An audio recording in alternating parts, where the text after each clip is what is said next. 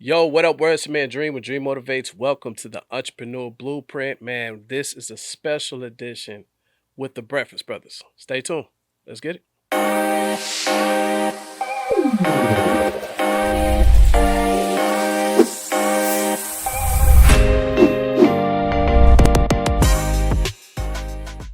Welcome to the Entrepreneur Blueprint live in Dream Media Agency podcast studios. We are super excited. As you can see, we kind of redid the spot and we had to christen the spot with one of the greatest entrepreneurs in the game that's rocking Dallas Fort Worth. Um, man, it's a big deal. And I'm glad that I get the first interview because I know when we do this grand opening, everybody and their mama gonna try to interview you, trying to get the story. But I hope so. I wanna go ahead and speak live to my brother, my one of my mentors, one of my people that I look up to when it comes to business. Mr. Rickey Booker is in the building. Thanks for having me. Didn't you say this is a new look, the podcast look? Yeah, man, Okay. we just had to roll the red carpet out for you. You know, Yeah. it's a big day for you. It kind of looked like Sanford and Sons set. You watch it. The Okay. new and improved. Yeah. Yeah, yeah. But how you feeling, man? Amazed is I guess that's the only thing I can say. I'm kind of can't a lot of sleepless nights. I don't sleep at night here this past week or so. A lot of people. So to give you guys the inside scoop on what we're talking about, what's going on, Dallas Fort Worth, man, we got a lot of stuff that's growing, a lot of stuff that's being gentrified. There was a location back in the day that it was everybody's stomping grounds, Redbird. They closed down Redbird, pretty much it shut down and went down. Then they came back and rejuvenated it, and now some type of way, Rickey Booker planted his flagship second store in the middle of all this. But this whole thing has a story. So before we get to that part, I want to go back. Shout out to Rickey Booker's dad. I finally got to meet your dad. Oh yeah. Finally got to meet your brother. Shout out to everybody in Oklahoma, and from where you are, from where you're from. But Rickey Booker as a kid, he told me a couple stories. He told me about your great granddad, your first job. I don't know if you want to talk about that, but he was like, "Oh no, I'm gonna tell y'all about Ricky when he first started hustling, when he first started grinding." What kind of what when did you figure out? You know what? I'm gonna be I'm a grind. Like this is my thing. I like making money because I never figured it out. It's just what you just said. I like making money. I remember when I was young, me and my friends, and I grew up in an area, a suburb of Oklahoma City called Dale City, Oklahoma, and I figured out a way when we had we had bikes. So I just Saturday mornings I would just get up and go riding around on my bicycle, and I found a lady in the neighborhood. She used to make pies. And I stopped one day, almost kind of like the Life movie. An old white lady said, you make pies? These ain't pies. right. But anyway, she said, yeah, I can make any kind of pies. You just bring me over any fruit, I'll make you a pie. So I left, and back then, we call them mulberry trees, but now they call them, in the store you go to Walmart and buy them, they blackberries. And I would pick the mulberries. I'd get me a sack and pick the mulberries, take them home, put them in the bowl, wash them off real good, and take them to the lady. So she made me a mulberry pie one day, and I loved it. And I said, if I bring you all kind of fruits and stuff, how much would you buy a bag of fruit from me? She said, well, I'll probably give you about $5 a bag. 9, $10, 9, 10 years old. I was young, so I said okay. So I went and filled up the bag at the mall with the mulberry tree and took a bag over there, and she gave me $5. I said, okay, cool, this is all right. So I got with my friends, 4 or 5 of my buddies, said, hey man, I know how we can make some money. And he said, a lady gonna buy fruit from us, and we go out and find all the trees. We can go to the pear trees. Back then, a lot of people grew their own fruit. Apricot, peaches, cherry trees, mulberries. And I went and found pear trees and apple trees. I went and found all the trees in the neighborhood, local neighborhood. And so I was already set. They said, how much they selling? She's selling the bag. And I was like, she's selling the bags for giving. As I learned how to hustle back then. So I Right. wasn't a lie. I said, she doing it for $2 a bag. So what I'm gonna do is, it was for them. I split the $2 with y'all. Then what you gonna do? I said, but I'm gonna make mine. Don't worry about mine. I can make mine. So I split $2 with the other 4 dudes, and I kept $3 a bag. So we start going to get fruit, finding the apricots and all that. This is where we bankrolled. I found a house that it looked like they had a big field on the side of it, like, and the trees was like lined up simultaneously, and I was like, what is on them trees? So I got off my bike and jumped the fence, and they were cherry trees. So they was harvesting cherry Oh trees. wow. So you got, granted, we picking fruit off these people's trees without permission. And so we start hitting them cherry trees, because now when I got cherries, she started giving me $10 a bag for cherry trees, because that was a cherry pie that was huge. And man, we did that for about 3 or 4 weeks. I'm still giving them $2, so now I'm making $8 a bag. And somehow or another, I guess just like the neighborhood, the person that's growing the trees, kind of like you live on farm, they know when coyotes or something get in their gates. Well, they knew that somebody was doing something. I don't know if they had inventory or what. So we got caught early morning, and we thought it was firecrackers. We heard a sound that sounded like fireworks. So we started ducking down and hiding, thinking that somebody's in. But at this time, now that I got older, when I started thinking about it, that wasn't fireworks. They were shooting at us. So when we found out that they were shooting at us, we stayed off the land. But anyway, that became a dangerous thing. So I switched up from that, because we didn't want to mess with them people's cherry trees no more, You because they almost were got serious. killed off some Oh, cherries, off a bro. cherry, 10 years Cherries old. will take you out the game. So, now I'm gonna tell something that probably ain't really cool, but I'm gonna tell y'all, because you want the real Man, we want dissecting part from the when I was entrepreneur young. blueprint, man. We want the real deal So because as time went by, yeah. it was a 7-Eleven that was attached to a nightclub in Dale City, and we used to go in there and play video, pinball machine all the time. You go in there and you in the stores. Back in them days, you can hang out in the store and play video games, kind of like they hang out in the store and play those slot machines. Well, we did that as kids playing pinball, and they had a sign on the window. I can't even say the word, muscular dystrophy. Jerry Lewis, when he was doing that for the kids. So Yeah. Jerry Lewis used to come MS. on, MS used to come on TV and have these big telethons and don't getting money and collecting money. So you could go to the 7-Eleven stores and they would give you these little milk cartons.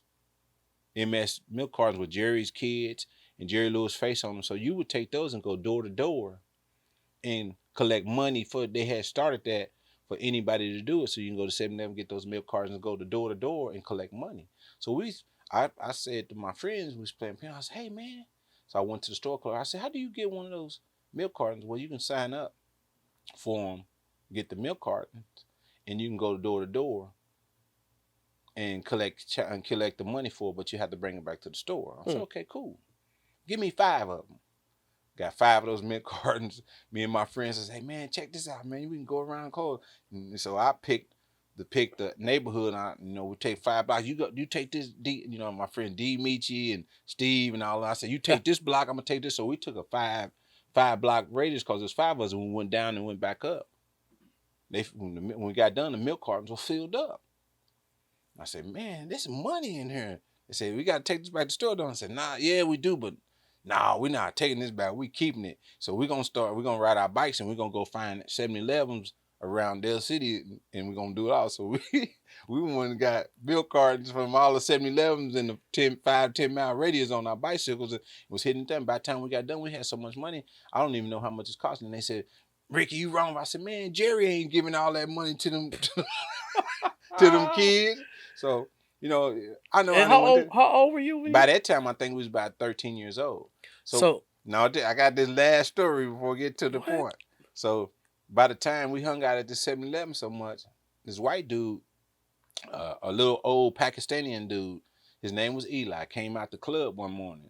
And we came out the back of the club, in the trash. We sitting on the fence of the back of the club. Because, it's almost kind of like when you grew up, you watched the movie Little Rascals, and you had your best friends. Y'all grew up together. Y'all hung out together. Y'all did everything. Capers, played football, sandlot, baseball, whatever it is you would do. So me, I'm still the person to ask questions, say, hey, what are you doing? And you dumping the trash? He said, yeah, I clean up the club. I say, so you clean up the club every morning? He said, yeah. I said, who do it with you? I do it by myself. I said, that big old building? He's like, yeah. I said, what's your name? And he said, Eli. And I said, you think we can help you clean up that club? He said, yeah, I'll let y'all help me. Come on in. I'll show y'all. So he brought us in the club. All five of us went inside the club. And it was an old white man, and his name was Bob. He owned the club. It's called The Studio. And this isn't there, and the club would be packed on Fridays and Saturdays, because you see it. So the old white man named Bob said, what are you doing, Eli? He said, I'm letting these guys help me clean up. So we cleaned up the club that day. And Bob came and I went to Bob. You know, I was always the man to go get the paycheck for everybody and dispute the money. Right. So he gave me $25 and I disputed him $5 a piece. Everybody got $5 a piece. So then I said, the next that was a Saturday. The hustle is real. Saturday morning. So Sunday morning, I got up early and went over there and I seen Bob pulling up at the club. I said, hey, Mr. Bob, how you doing? He said, all right. I said, hey, we would like to clean up your club every weekend, every Saturday morning, every Sunday morning. That's fine with you? He said, yeah. I said, how much you pay Eli? And he started laughing. He said, well, Eli's my business partner. He just don't kind of do nothing about it. I said, okay. How about we give Eli a break? I remember this like this was yesterday, and I'm 13. He said, what do you mean? I said, you pay us $20 a piece, and we clean up your club every Friday and Saturday. So that's $40. And that's $5. So that's $200 a weekend that you pay. And he said, you know, you guys was good. Y'all actually cleaned up the club better than Eli did. He said, deal. And I went and got all my partners up, and we went over there. We cleaned that club. Start your own janitorial. We started our own janitorial with Bob. Cleaning that club. We was getting $200. This time I was 13. This time I didn't cut my partners out. I paid them $20 a piece just like I was getting. Don't you know?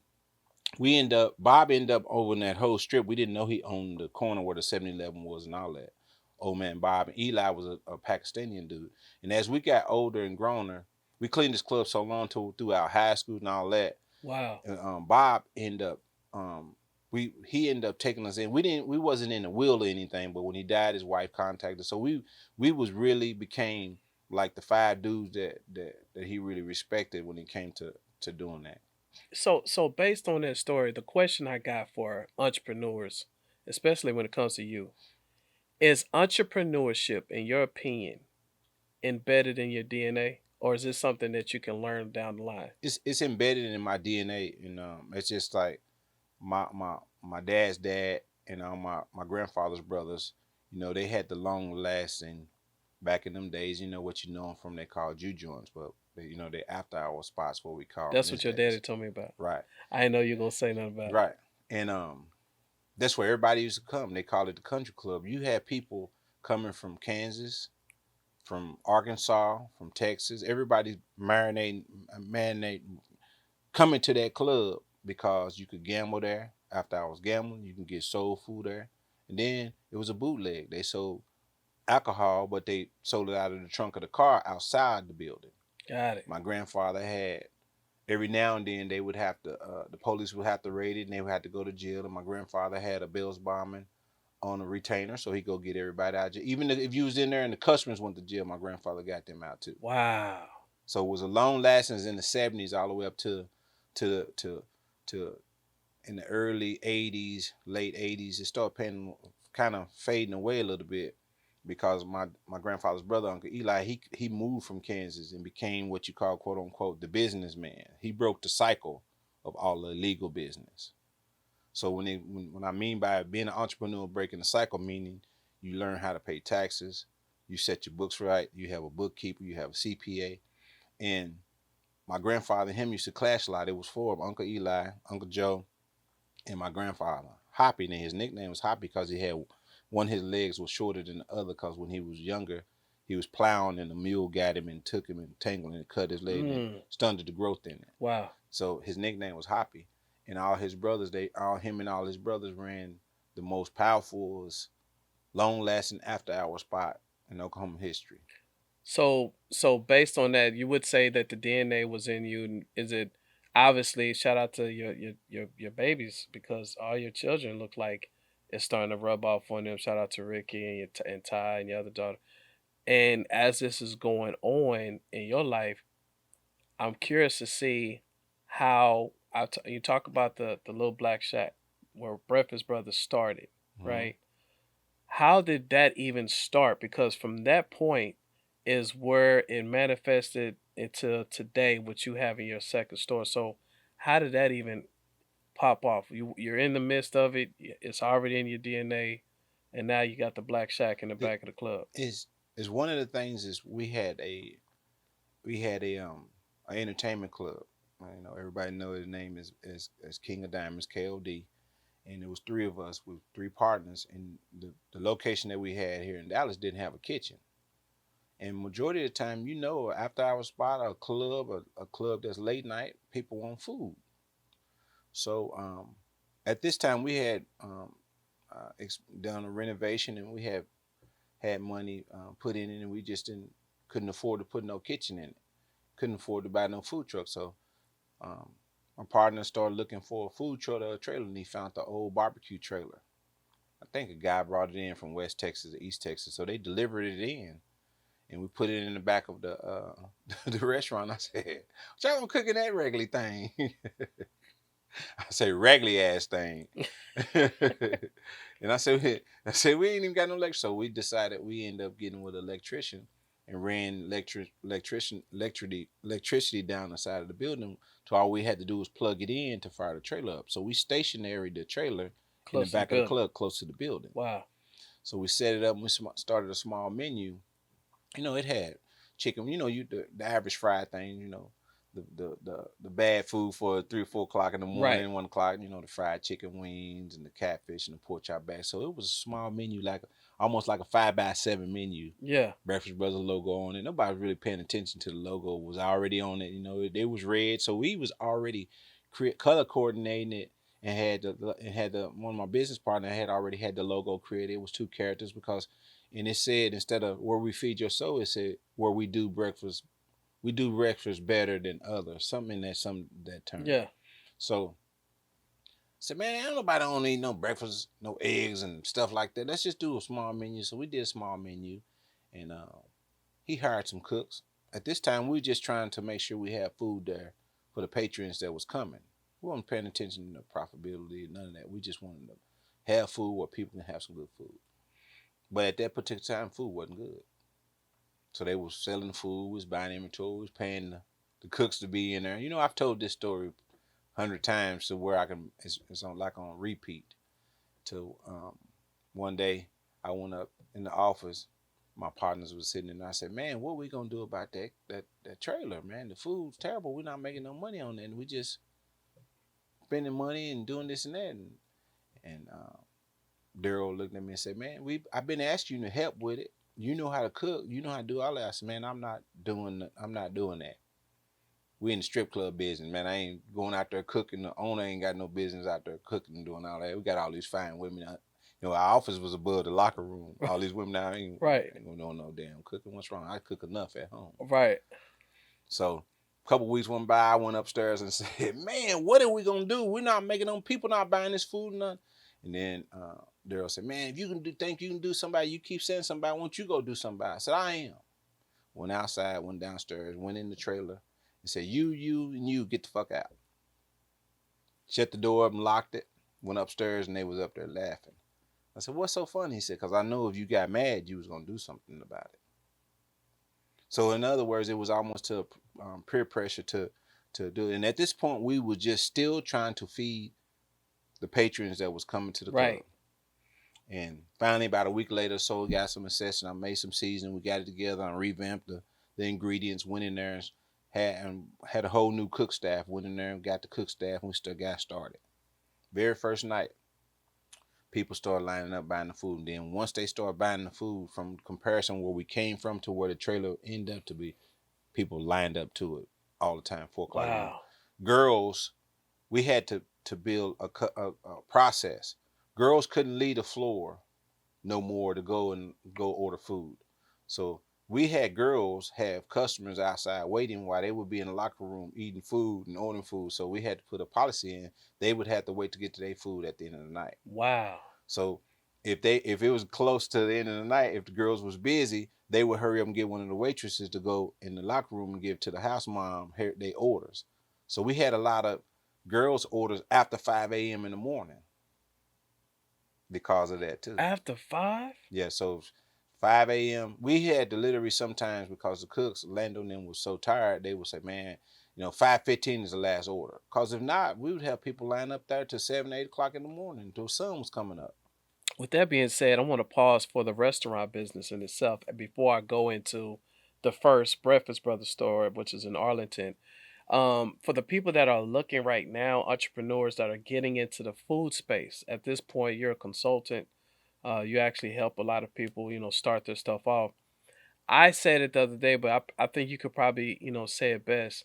Is it safe to say that if you're open up a restaurant or if you're starting to do catering, that you have one and only, I heard you say it in the store yesterday, you got one chance To get it right. to get it right because if you taste that food and ain't what that is, they're gonna pay that day because they gotta pay. They gave you that first shot. But if that food is not right, is it safe to say that you probably messed up thousands of dollars from that? Shout out to that one guy that's at your spot at all. I forgot his name, but I've never been to the art. Eric. Shout out to Eric, man. Mm-hmm. What up, E? I've never seen him not in there. Like every time I come in there, he's there. Yeah. So talk about that. Opening up a food business. That first shot. Do you feel like people kind of messed that up? I, Me personally, from the time I'm gonna start when pandemic then I get back to that. When pandemic hit, we was in the house. I always say this. We was probably in the house feeding ourselves and cooking for ourselves for 2 years, probably. Stationary in the house. In the house with the kids, in the house with the wife, in the house with the girlfriend or your boyfriend or whatever, your partner. And you get to the point where you may got sick of doing that. And then, maybe a lot of people, the women that was pregnant at the time, had babies during pandemic. They made you a better mom and a better dad because you was with your baby All day. all day. Yeah. So when it was time for them to do the 50% capacity at the restaurants and let us out to go to restaurants to eat, everybody migrate to it, and it ain't stopped. People want good food, so nowadays they don't necessarily want to cook it, and if they do, they want to video it because people are proud. That people that's really true cooks is prideful of how they want them. I like making people happy. I like making the food bring you home. But if you've been anticipating opening up and everybody's been wanting to come anticipating this food, the food's got to be good because you got one time One time. to impress somebody. Shout out to Ebony. Ebony, she runs the company, help us run the company, and I've never. Ebony most definitely has took me to another level when it comes to food. Mm-hmm. Like I don't. She tells me. She shows me where to go, like different spots. I wouldn't. I But wouldn't that's even try. bizarre food though. Yeah, but no, she'll go. It's like because I'm Dallas messing with Dallas her. Fort Worth is so big. Yes. You know what Yeah. I'm saying? So she says she's a foodie. She has quotes and scribes. Shout out to them. It's, just kind of looking at the food, but it makes so much sense. Talking to Orlandis. Shout out to O's Chop House, Jerk Daddies. But I like, man, listen, those people at that food truck, if food is not right, we're gonna lose them forever. And then not only that, if they develop a relationship with you, they'll be like, "Where's Ricky at? Well, Ricky on the food truck today? Is Ricky in the kitchen today?"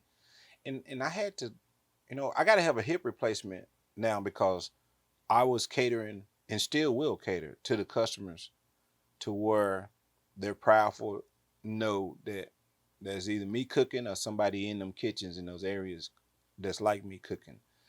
And I work so much and work so hard to where my left side of my hip is bone to bone now, so I got to Wow. have a hip replacement from working so hard in those kitchens. And people don't understand being a cook or being a chef. That's how when you serious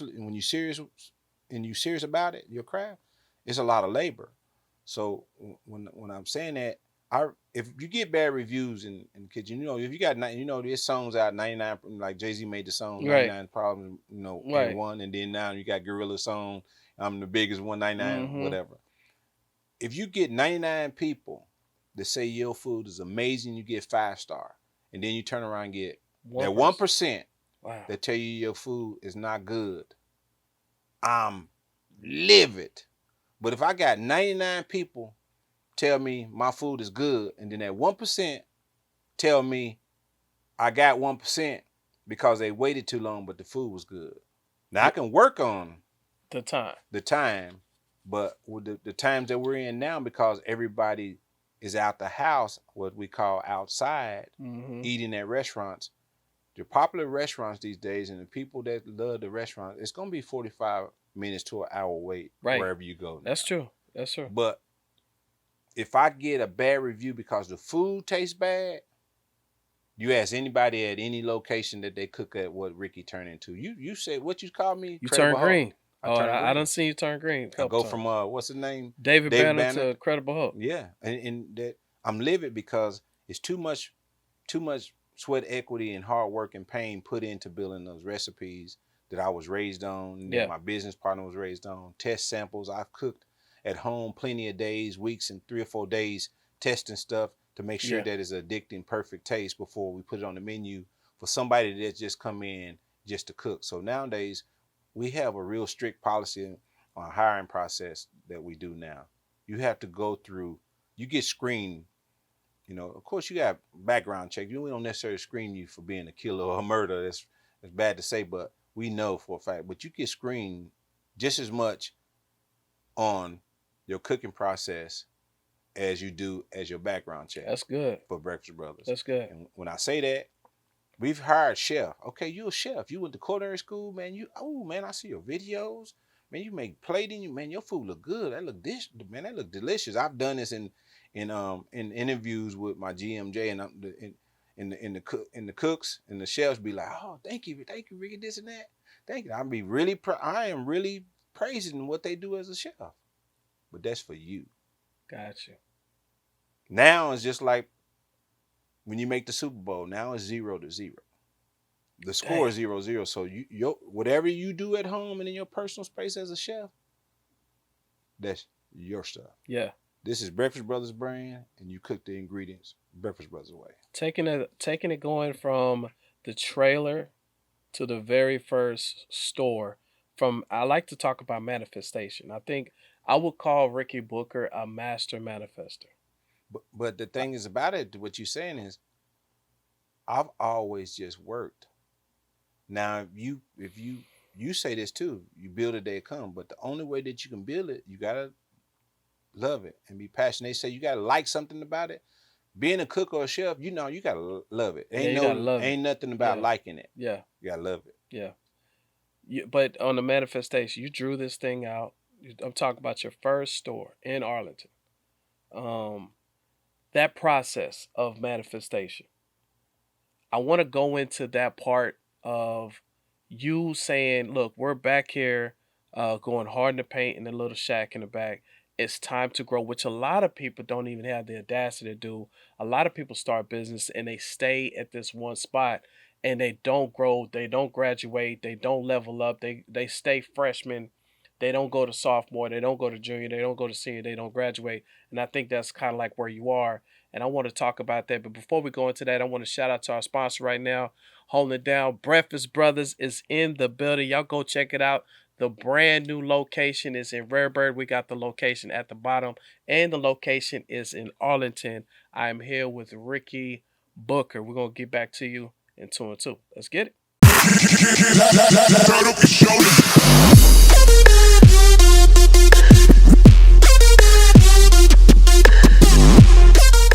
What up, guys? Man, Dream with Dream Motivates University. Here's what you get with your tuition. Number one, you're going to get an awesome Letterman jacket, t-shirt, and wristband. Let's deep dive. We're going to get discounts on all events and courses, a list of Zoom masterclasses with skilled instructors, access to our amazing book club. We're also going to give you discounts to all marketing materials brought to you by Dream Media Agency. And last but not least, discounts on all our merch. I can't wait. I'll see you on the other side. DMU, Dream Motivates University. Let's get it.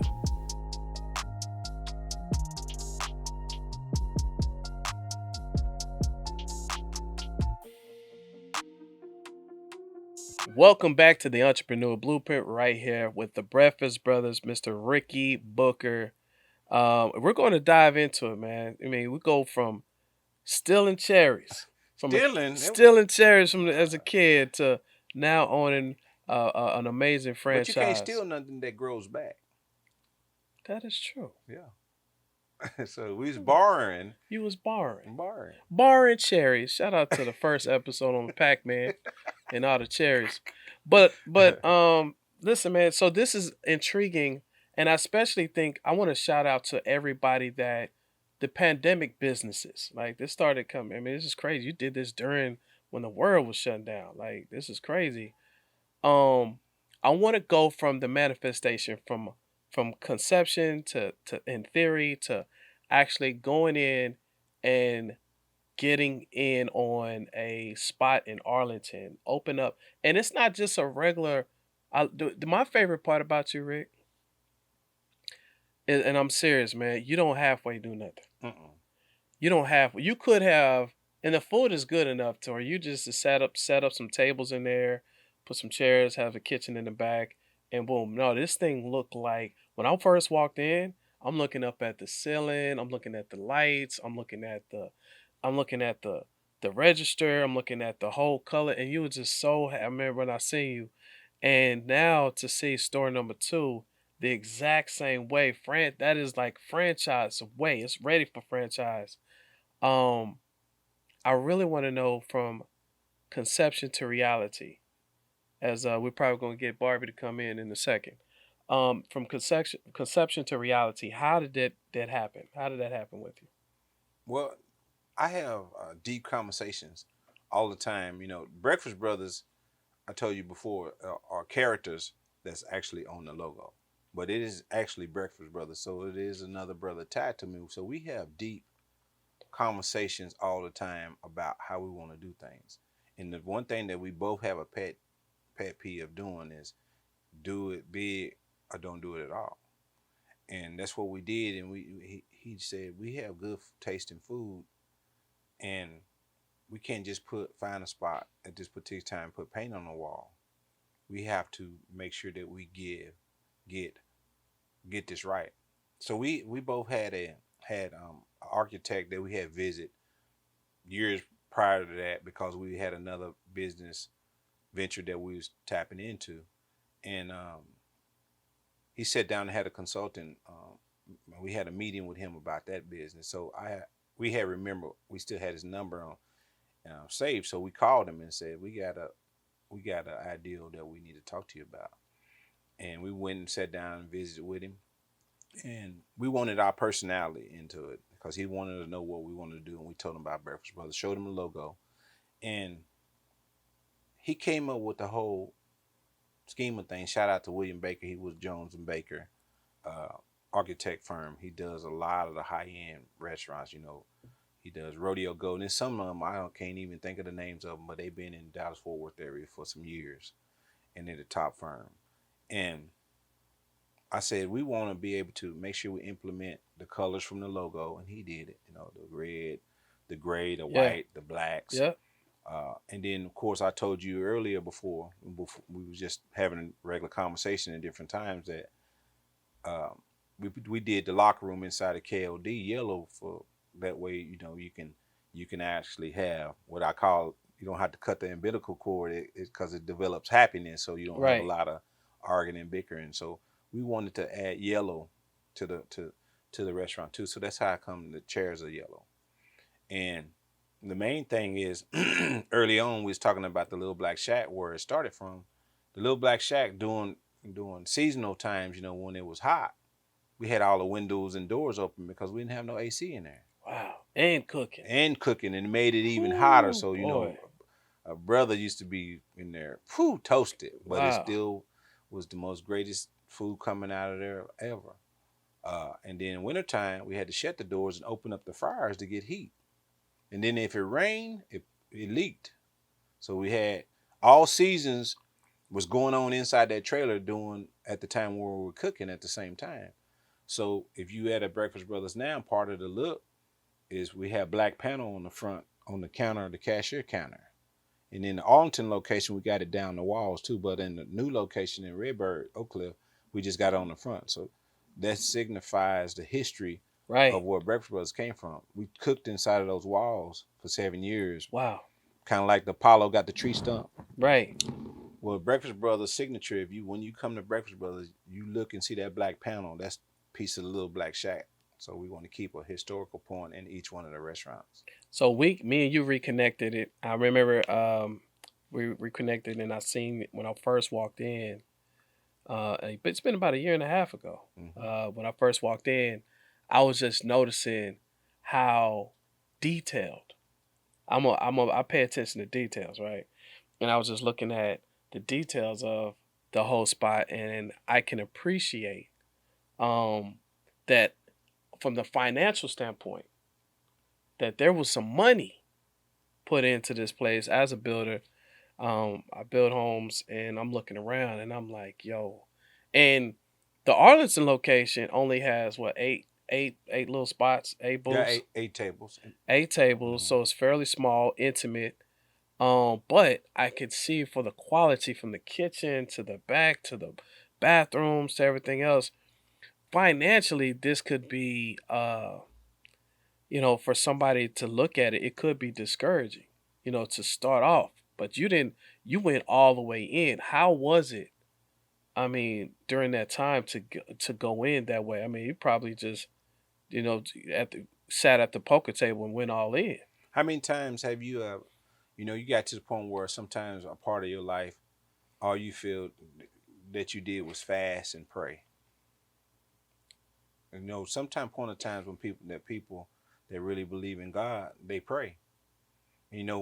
Sometimes when the vessel opens, when the water opens up for the vessel to move, you don't think about it no more because the confidence that God had gave you for your vision, you just do what He's saying, be obedient. So it didn't have a necessary uproar about the way it moved. We knew that people loved the food, and at the time we found on the Arlington location, it was anticipating in just being a takeout and curry spot, back because it was still capacity 50-50. And I know 50% of getting into Arlington was unheard of. So we made a full service restaurant out of a that once was supposed to be a takeout spot. And you gotta look at something in Arlington. We do all the third party deliveries. You do DoorDash, Yeah. Grubhub, Uber Eats. We got online service, and then we got an online service that you can either pick up or get delivered. And then we have our own app that you can download that's powered by China now that can do a delivery service too. So we got about 6 delivery services and plus a dine-in full service restaurant in 1,000 by the mark, 1,000 square feet building. I mean, Now, what part of that was Rickey Booker and his business partner the ideal? I just say when God is part of something, it's gonna open it up. I don't care if it's 10,000 Man, square so feet, powerful. 1,000 square feet, or 100 square feet. But the catch is to it. It's like a lot of people always say, "Man, I gotta go to the doctor. Man, I don't want to go to the doctor. Men don't go to the doctor. We don't take medicine." But at the end of the day, those people got degrees that's God sent. I tell this story a lot. God sent to try to save our lives, to tell us what we need to do the right way to be obedient to live to 80 years old. Check your blood pressure, do this, do that. So, I always jump from one question to another deal, but I always try to let people know that sometimes if we empower ourselves that is me, me, me, me, me, we get over the thought process of there's no possible way. There is God is involved in everything that you do. Yeah. And no disrespect to anybody else to this point, because I'm not preaching because I'm not a preacher, and Right. I don't go to church like I should. But at the end of the day, I feel like a building can't make me have a relationship with God. Yeah. I have my relationship with God personally, but at the end of the day, you can get your blessings these ways. How important in a business, especially in the food industry or any business, how important is it to have marketing? Now, one thing I want to give it up to you on is how you're marketing, how you're constantly pushing. You even had the audacity to start a TV show to kind of promote the Breakfast Brothers, which I me personally, I've never seen nobody do that. Period. But in your mind, because I can see, I've asked you before, you were like, I don't know, but it'll come to me. Right. You know what I mean? And when it comes to you, you don't play. You get it done. I Yeah. mean, you get it done. So How important in a business is marketing? Because I think people compromise this. I think they just like they might go hard at first and start doing a lot of marketing at first, and then it starts trickling down. But you never stop. You are pumping and pumping and pumping and pumping and pumping and coming up with another idea, coming up with another idea, coming up with another idea. How important is that for business? I want to talk about that for people to listen and to see like, no, this is something that's very serious when it comes to thriving business. It's so important. It's cause the space in the world that we're in now, social media, you have your own value of marketing and promoting to whatever. What is good food if people don't know about it? What is bad food if people don't know about it? What is anything if they don't know about it? What is an artist if he don't have fans? Correct. So if you're not promoting yourself, self-made, God sent, your visions is being delivered from God, and you're not letting people to know about it, they don't know about it, they won't come. At the end of the day, you got to look at this word. We always talk, I always try to make sure that because my opinion and my answer to your questions is just what I believe. I don't try to make anybody else understand why I do what it is, because that's the wrong thing to do. And I'm not going to ever preach to somebody and tell them what they're doing wrong. But if they ask me, I'll give them some suggestions once I research what it is that they're doing. But Chick-fil-A is the Man, most powerful man, fast food restaurant it man. is. Before them, who was it? And I'm getting to something. McDonald's. Oh, see, you guessed right away. Yeah. McDonald's problem is right now, they don't have that. They don't care about the model that they used to care about. Because now when you go to McDonald's, you don't have the employees and the people that care about Correct. working there no more. Correct. Because they on autopilot now, and it's just about that powerful money dollar. Chick-fil-A is powerful. You go up to a Chick-fil-A and there's lines all the way around the building and up the street. Nah, You still get stop. your food hot, and at the same time, if it was nobody in that drive-through. Same attitude from the person standing at that your car door with the handheld. The same attitude that you get at the window when they hand you food through there. So now I finally figured out with all the long talks and me and my business partner bumping our head about certain things and having debates on which direction and what direction not to go. We want Breakfast Brother to be a full service restaurant implementing Chick-fil-A, and they fast food. So you got a full service restaurant with the right Yeah, that's employees, fire. with the right That's fire. attitude, with the right whole situation. I'm glad you said that. I want to give a shout out to DJ Unscripted, man, Mhm. Leo. So Leo told me he used to be a manager at Chick-fil-A. So I'm firing off conversation with him. Like, first of all, how are they finding these people? I've You, never even you had a know bad. how? How? This is how. And this is where the background I come from in the corporate world when I worked for the dealerships and I had my own custom shops, and everybody lives in Dallas Fort Worth knows the name Sewell.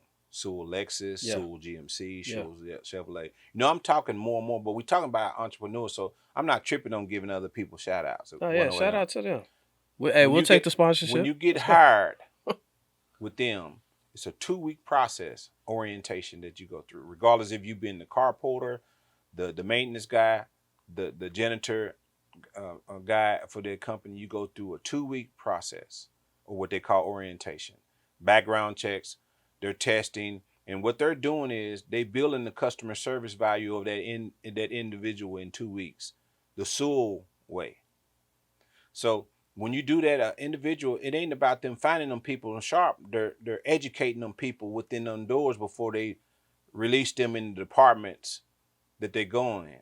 And then the department heads those individual bosses continue those things going on. Whenever those corporate businesses get new phones that you have to answer in any department, they have a meeting about it.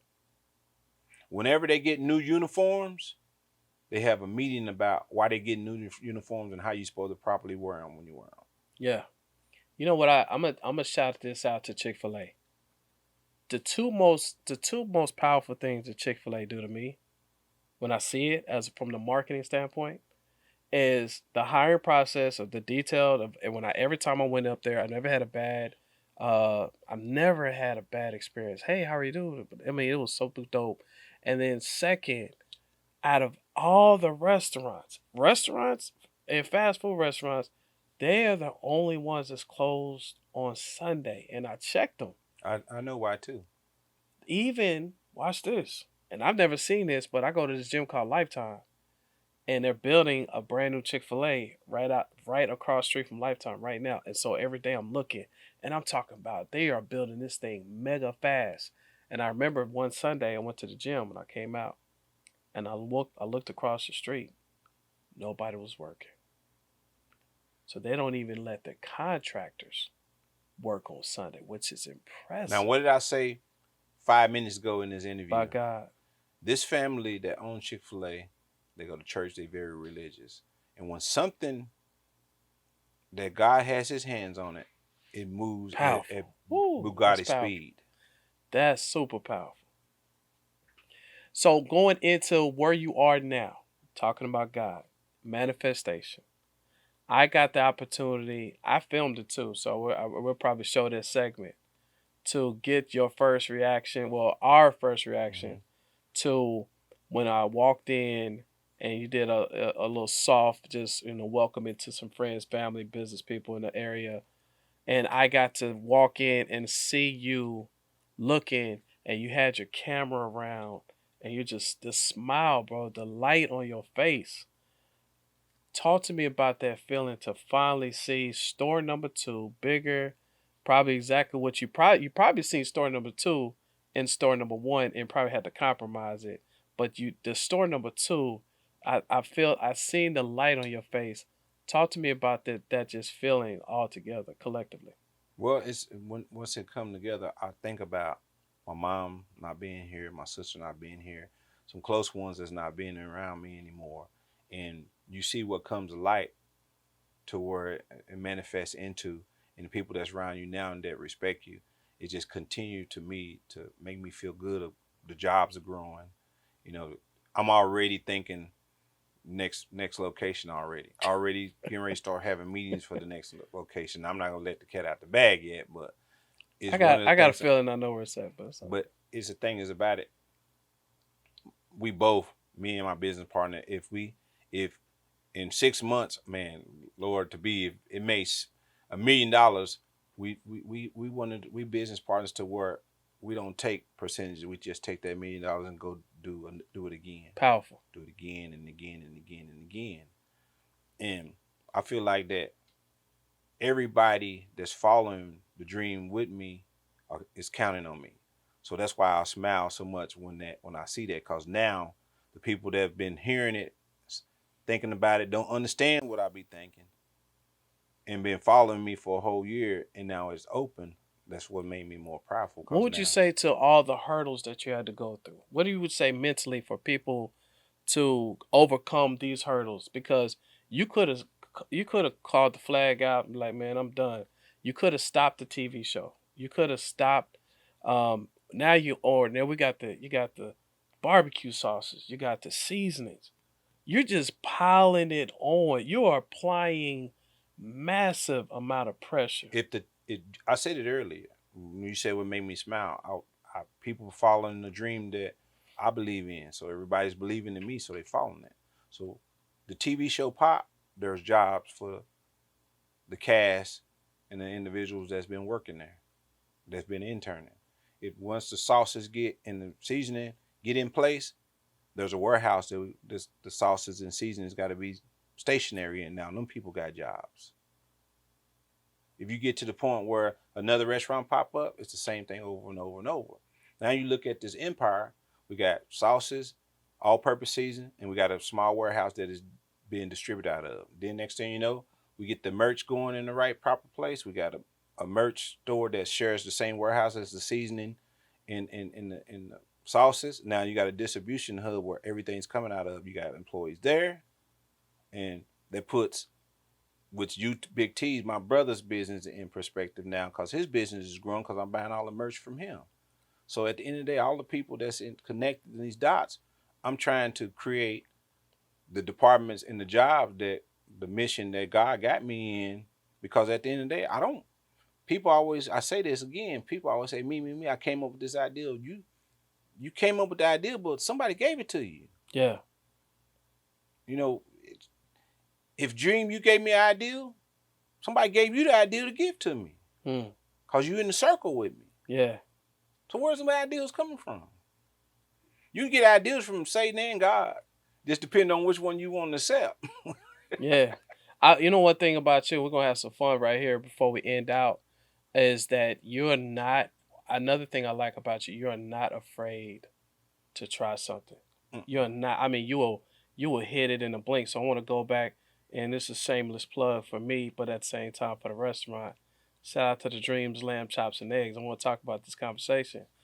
What's impressive about the conversation is how not how it started, but how it ended.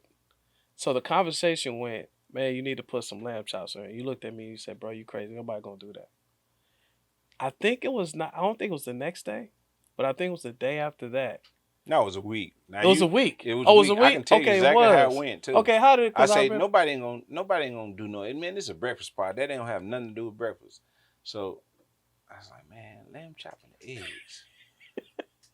So what I did, That's how you do I it. took the lamb chops home and do like I just told you. Every menu item that I do that I really, Yeah. really want to put some a twist on, and I want to make lamb chops and eggs and taste them together before I even put that out because lamb chops and eggs sound disgusting, but it's the most amazing tasting thing Well, together fire. with I the had it homestyle potatoes and yesterday. all that. Praise God. It was So awesome. so so I went home and I said, well, man, lamb chops is gamey. I'm not a lamb chop either. Yeah. So I know how to being a cook. I know how to take the gaming taste out of it. So gaming, regardless one way or another, whether you marinating it with salt and pepper and foiling and putting it in a pan and letting it sit for a couple of days, you marinate it. So I said, well, I'm gonna take my secret marinating sauce and I'm gonna marinate them. So I went and got them. I washed them up real good and cleaned them up. Poured the marinade sauce in them. I was getting ready to cook them right away, and went and sat down and fell asleep. Dang. So the lamb chops was in there marinating. So when I woke up the next morning, I pulled them out the refrigerator and took them back to the restaurant and told Dame, say, Dame, throw this on there and tell me what it tastes like. Put the all-purpose Breakfast Brothers all-purpose seasoning, rubbed it on and grilled it on the open flame grill. Fire. Super fire. So the marinating process happened by accident because I fell asleep. Because you fell asleep. Wow. So it was a 24-hour process. So now I won't allow, if we run out of lamb chops and we put in the fresh more in, we just 86 them to the next day Wow. because it's a 24-hour marinating process now. And I was so happy because you called me back and you was like, all right, we're gonna put them on the menu. As a matter of fact, we'll go ahead. Because the thing was, I was like, well, you put them on the menu, you gotta name him after me. I was just joking. He actually named him after me. So Yep. shout out to that. I want to also talk about your marketing, your mind on your marketing. I want to talk about the show In the Kitchen with the Breakfast Brothers. Um, First of all, I want to say thank you for allowing me to produce the show for you. I know you had to. I feel like I had to just come in. I'm looking when you first started. I'm like, bruh, this is not gonna be good. And I knew I was gonna have to apply the pressure because it's a lot to go to the show. Mm-hmm. But the mindset of you saying, I'm going to do a show. Mm-hmm.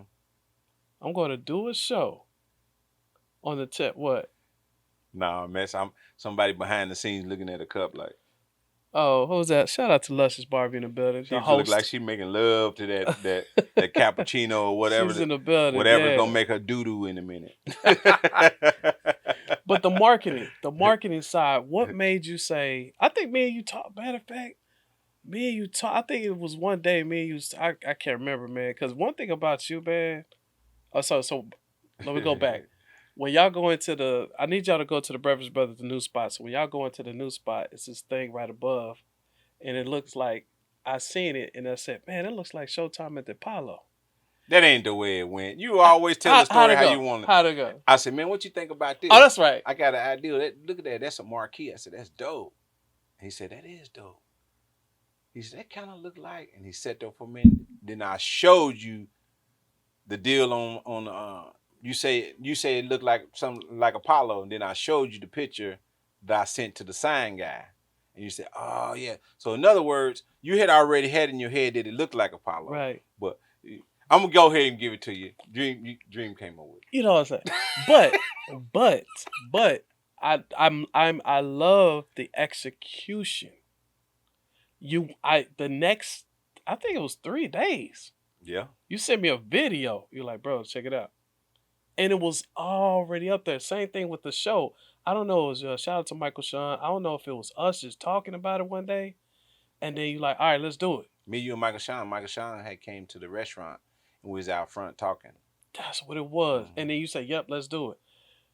I want to talk right now before we get out here about execution when it comes to an entrepreneur, because I got to give you your flowers, your trophy, and everything on that word. Because a lot of people talk and talk and talk, and next thing you know, it's next year and they're at the same spot they are the year before. Execution. I want to talk about that when it comes to Rickey Booker. The one thing that I always bring my business partner in, because a lot of things that I do in the way I make my moves is because some of the things that we had to learn from. The execution, the aggressiveness side of being executing those things is because if you wait too long, somebody else will get the idea and it's a wrap. And with me, I like setting the trends. I don't like following them. It's like all employees say, man, they do this, and that. I talk about Chick-fil-A, and when I say I don't like setting the trends, they set the trends for what they do for fast food. I'm trying to set the trends like Chick-fil-A for what we can do for full service. So when you get to the point, if you wait too long, somebody else get it. Now it's old news. That's the reason why social media has became new news. And by the time you hear it on the radio, it's old news, because the social media, you might get that story in the parking lot. Somebody just hit somebody's dog, and the other guy got out the car and busted him across her head with a bat and posted. The radio was talking about it later. Man, you know, Nick Cannon got his dog hit, and he got out the car and hit the guy in the head. Oh, I seen that.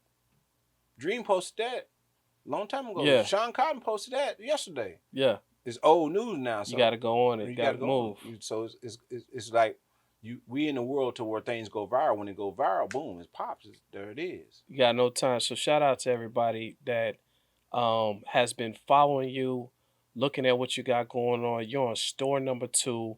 Here comes store number 3. You ain't stopping. You ain't pausing, but you get a chance to right now at this very second breathe, take it all in, and get ready to start playing your game. Your grand opening is coming out. You still got the show popping. Let's give everybody how they can get to the Breakfast Brothers, and let's talk about the new addresses, the address for the new store and for Arlington store, so we can get up out of here. Redbird, Oak Cliff area, city in the heart of Oak Cliff, in the middle of 5 major churches. 3704 West Camp Wisdom, Dallas, Texas. You see how I know that real quick? 75237 Street 110. There you go. And let's talk about Arlington. I want to come, shout out to the Cowboy fans. You're in Arlington, go check out my brother.